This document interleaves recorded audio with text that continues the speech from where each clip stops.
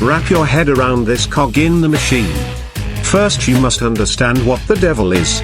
The biblical Christian and Catholic reputation is only one part of the devil. Evil comes in many forms. But the ultimate compiled multicultural summarized definition of the devil is that he is the ultimate repercussion for mankind's sins against himself and those around him. An ultimate fate caused by mankind's recession in cultural evolution. The byproduct of, say for example, the society at large mankind has become. The devil is the ultimate fairy tale monster become real, a byproduct of its own design that finally had enough and went that extra mile to become whatever is necessary to end that which made it, whatever the cost. It knows no limits. The devil is whatever you think he might be in your own conception of extreme possibilities, and you will find him always just beyond what you had conceived, just beyond the limits of imagination, maintaining that extreme composure.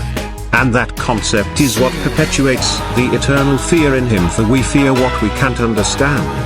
But that is only him in definition as best that is possible. So you see, the devil is inevitable and cannot be stopped from becoming who he is. And the best part is the devil doesn't need anyone to believe in him to do what he does.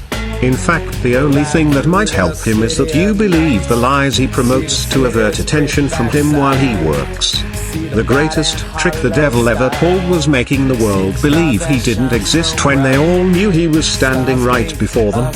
A quote by Harry Houdini: "Taint is a word used to describe something that contaminates and causes something to become impure or desecrated, and is the best phrase to use when describing what that dark manifestation is. It is all the evil ever done, the essence of its effect within the universe, gathered and pooled together and given life." Surely if you had ever encountered it you would understand. It is not a demon, or a fallen angel, nor is it a wrathful spirit, for it has never lived. It is a living shadow, that has a form comprised of what a person's mind conceives as evil and amplifies that concept beyond what your mind can grasp.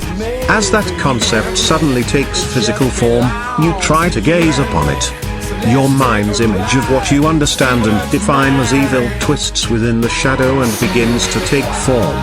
The screams of fear, the shouts of hatred, the cries of suffering, all suddenly become a shadowy figure outlined in darkness, and then takes the shape and form of that which causes those screams of fear.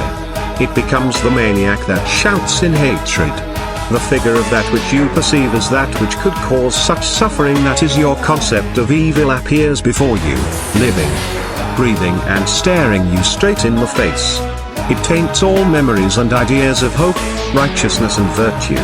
That is a small description of what it is. It is the real-life Pennywise, the shadow wolf Fenrir, in Greek they would call it Phobos. And that is the reason they say my father was a jackal and mother a human, because of my relation by blood to Fenrir.